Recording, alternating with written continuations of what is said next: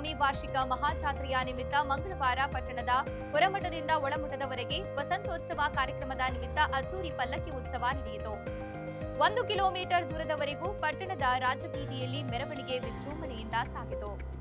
ಸೋಮವಾರ ರಾತ್ರಿ ಅಲಂಕೃತ ಪಲ್ಲಕ್ಕಿಯಲ್ಲಿ ದೇವರ ಉತ್ಸವ ಮೂರ್ತಿಯನ್ನ ಪ್ರತಿಷ್ಠಾಪಿಸಿ ದೇವಾಲಯದ ಸಾಂಪ್ರದಾಯಿಕ ವಾದ್ಯಗಳು ಹಾಗೂ ದೇವರ ಪಟ್ಟದ ಗೂಳಿಯೊಂದಿಗೆ ರಾತ್ರಿ 12:30ಕ್ಕೆ ಪಾದಗಟ್ಟೆವರೆಗೆ ಹೊತ್ತು ತರಲಾಯಿತು. ನಂತರ ಬೆಳಗಿನ ಜಾವ ವಿವಿಧ ಪೂಜೆಗಳನ್ನು ನೆರವೇರಿಸಿ ನಂತರ ಹೊರಮಠಕ್ಕೆ ಕರೆತರಲಾಯಿತು. ಮಂಗಳವಾರ ಬೆಳಗ್ಗೆ 8:30ಕ್ಕೆ ಉಳಿಗ ಸೇವೆಯನ್ನ ಮುಗಿಸಿಕೊಂಡು ಹೊರಟಾಗ ದಾರಿಯುದ್ದಕ್ಕೂ ಹರಕೆ ಹೊತ್ತ ಮಹಿಳೆಯರು, ಮಕ್ಕಳು, ಪುರುಷರು ಸಾಲಾಗಿ ಅಡ್ಡ ಮಲಗಿದ್ರು. ಪಲ್ಲಕ್ಕಿ ಹೊತ್ತ ಉಳಿಗದ ಸೇವಕರು ಭಕ್ತರನ್ನ ದಾಟಿಕೊಂಡು ಬರ್ತಾ ಇದ್ರು. ಇದೇ ವೇಳೆ ಪಟ್ಟದ ಬಸವಣ್ಣನ ಪೂಜೆ ನೆರವೇರಿಸಿ ಒಳಮಠಕ್ಕೆ ಕರೆತರಲಾಯಿತು. ನಂತರ ಸ್ವಾಮಿಗೆ ಮಹಾಮಂಗಳಾರತಿ, ಪಲ್ಲಕ್ಕಿ ಸೇವೆಯಲ್ಲಿ ಭಾಗವಹಿಸಿದ 100 ಉಳಿಗದ ಸೇವಕರಿಗೆ ಬಾಳೆಹಣ್ಣು ಪ್ರಸಾದ ವಿತರಿಸಲಾಯಿತು. ಮಾರ್ಚ್ 24 ಸೋಮವಾರ ಮರಿಪರೀಕ್ಷೆ ಮಾಡಲಾಗುತ್ತದೆ. ವಾರ್ಷಿಕ ಜಾತ್ರೆಗೆ ಬಾರದೇ ಇರುವ ಭಕ್ತರು ಮರಿಪರೀಕ್ಷೆಗೆ ಬಂದು ದೇವರಿಗೆ ಹರಕೆ ಸಲ್ಲಿಸುತ್ತಾರೆ. ಮಹಿಳೆಯರು, ಮಕ್ಕಳು, ವೃದ್ಧರು ಜನಸಂದಣಿಯ ಹಿನ್ನೆಲೆಯಲ್ಲಿ ಮಹಾರಥೋತ್ಸವಕ್ಕೆ ಬಾರದೇ ಇರುವವರು ಮರಿಪರೀಕ್ಷೆಗೆ ಬರುತ್ತಾರೆ.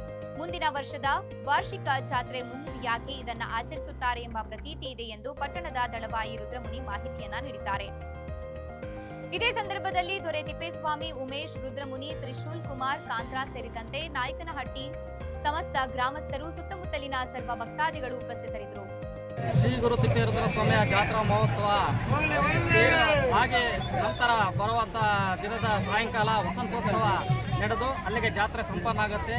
ತದನಂತರ ರಾತ್ರಿ ದೇವರನ್ನ ಪಲ್ಲಕ್ಕಿಯೆಲ್ಲ ಕೂರಿಸ್ಕೊಂಡ್ಬಿಟ್ಟು ಸೀದಾ ಪಾದಗಟ್ಟೆ ಹತ್ರ ತಂದು ಪ್ರತಿಷ್ಠಾಪನೆ ಮಾಡಿ ಅಲ್ಲಿಂದ ಬೆಳಗಿನ ಜಾವ 5 ಗಂಟೆಗೆ ಸೀದಾ ಹೊರಮಠಕ್ಕೆ ಸ್ವಾಮಿಯ ಸಮಾಧಿ ಗದ್ದಿಗೆಗೆ ತಗೊಂಬಂದು ಅಲ್ಲಿ ಪ್ರತಿಷ್ಠಾಪನೆ ಮಾಡಿ ಬೆಳಗ್ಗೆ 8:30ಕ್ಕೆ ಸ್ವಾಮಿಯನ್ನು ಅಲ್ಲಿಂದ ಕರ್ಕೊಂಡ್ಬಿಟ್ಟು ನಾವು ಎಲ್ಲ ಓಕಳಿಯನ್ನು ಆಡ್ಕೊಂತ ಎಲ್ಲ ಯುವಕರು ಮತ್ತು ಗ್ರಾಮಸ್ಥರು ಎಲ್ಲ ಮಡಿಯಿಂದ ಒಂದೊತ್ತನಿಂದ ಈ ಒಂದು ಕಾರ್ಯಕ್ರಮದಲ್ಲಿ ಭಾಗಿಯಾಗಿ ಶ್ರೀ ಗುರು ತಿಪ್ಪೇರುದ್ರ ಸ್ವಾಮಿಯ ಕೃಪೆಗೆ ಪಾತ್ರ ಆಗಿಬಿಟ್ಟು ಎಲ್ಲ ಈ ಒಂದು ಜಾತ್ರೆಯನ್ನು ಸಂಪನ್ನ ಮಾಡಿಬಿಟ್ಟು ಎಲ್ಲ ಶ್ರೀ ಗುರು ತಿಪ್ಪೇರುದ್ರ ಸ್ವಾಮಿ ಕೃಪೆಗೆ ಪಾತ್ರರಾಗಿಬಿಡ್ತಾರೆ.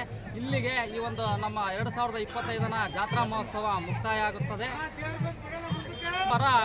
ಸ್ವಾಮಿಯ ಜಾತ್ರಾ ಮರಿಪರೀಕ್ಷೆ ಇರ್ತದೆ.